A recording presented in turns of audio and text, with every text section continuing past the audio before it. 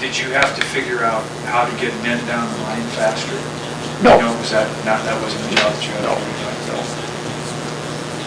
What about the costs? Did each office for each mine figure out how profitable the mine was going to be? In other words, how much copper was there and whether or not they were going to cover their costs? Did they do that at the mine? No, but each mine had a system of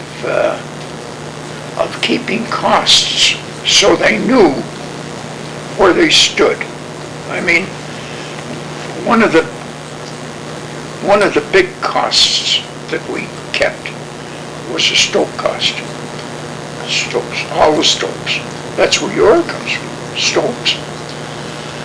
And you'd have to figure out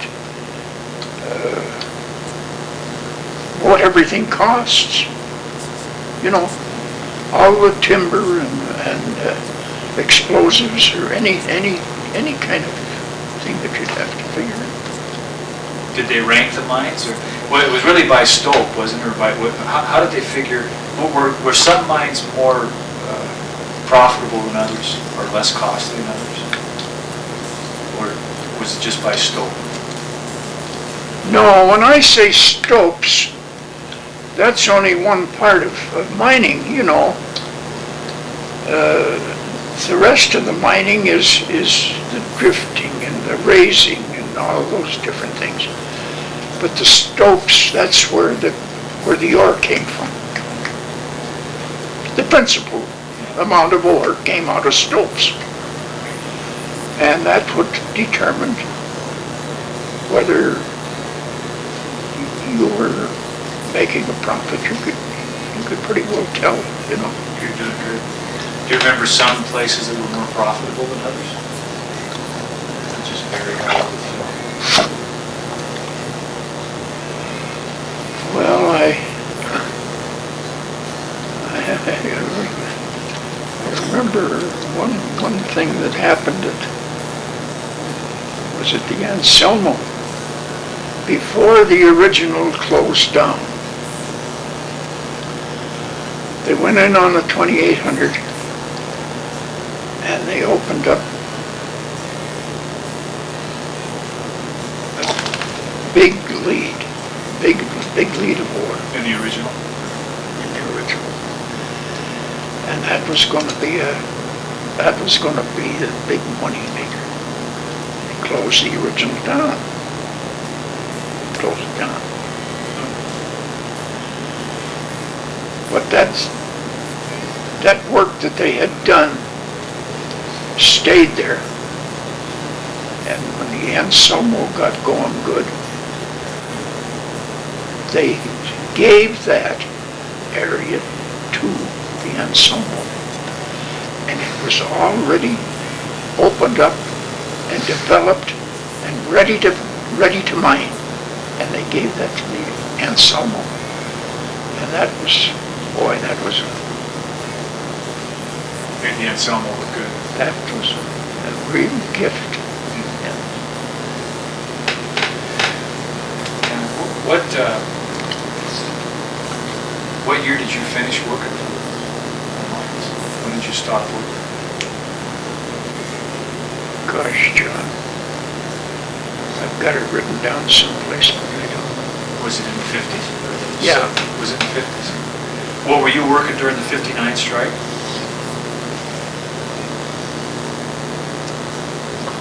Or did you finish by then? I don't know. I never did work during a strike. Yeah. I never did work during a strike.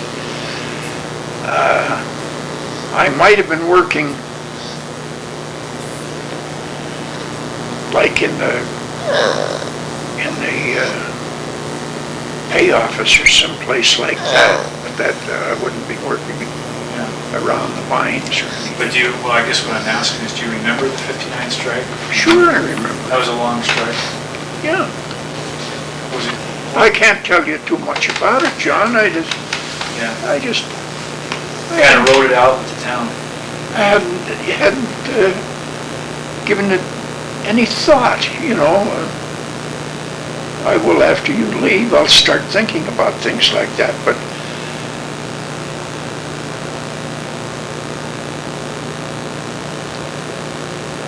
all I remember was the bad things about the strikes, the terrible things that were done, the people that were abused.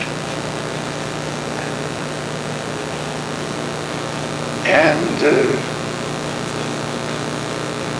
the big so-called heroes that did it. Big heroes. Like that son of a bitch, Tiny Brown, He wasn't much of a hero when I talked to him. Were you ever, after you got after you stopped working, did you ever follow like the fires that happened here in Butte? Did you ever pay much attention to that? No. Were you here when some of the buildings were burning down? Oh, yeah.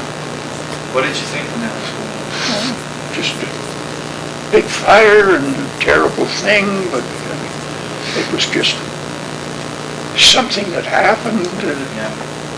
I didn't know any of the details or anything. I remember when the house they bought got burnt on the corner of Park and Main, and the wine store was right next door to it. That got burnt out. And when Penny's there on Park Street, I remember that big fire. I know how upset you were about the mill burning down in Marysville. I just thought you might have had similar feelings here in Butte. Well, that was real sabotage. That was. You'd be surprised. I wish I had a picture. I got it wrong. Some picture. From that mill, there's a big mountain like this, see? And the mill lays right in here, but that big mountain goes all the way up. And when that fire burnt the mill here, it took a path right up to the top of that goddamn mountain. And it's a path like, 50 or 75 feet wide, burnt right up through the timber there. See? All the way up to the top of the mountain. It's still there. I have to watch for that. Yeah. What about the police department? Did you ever have any thoughts on what was going on in the police department in the 60s and 70s? My son was on the police force. Did he? Yeah. Did you ever know, like, was it in the mid-70s when they caught those guys up in Fort Bend? And it turned out that a number of the policemen had been involved in I knew one of them, Moon Brush.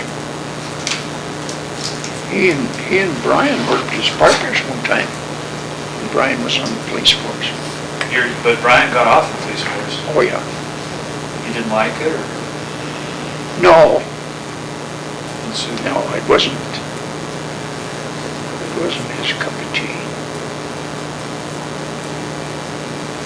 Well, if you think that a lot of Butte history is fairly common, or at least commonly known, you've got an eye for history. What parts of Butte history do you think need to be better known, or are not well understood that are interesting? And what parts of Butte history do you think need to be developed more?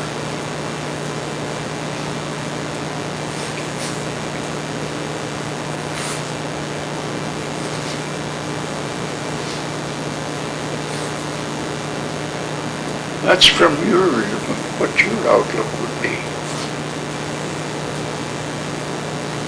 Gosh, I don't know. I think what you're doing, John, is exactly what's necessary. I really do. I think that's the most necessary thing that could be done. What? History, when you write it down in a book, it gets old, and although I'm a little bit familiar with some of it, like Heinze and them guys, but they're beyond me, you know, way back, and I don't know what the hell they did or anything, and I care less. I don't want to even read about it. I think the kind of history that you're interested in is the kind of history that's important. Well, what caused you to want to record people like your friend Tom? Why don't you tell us about him? Tell us about Tom.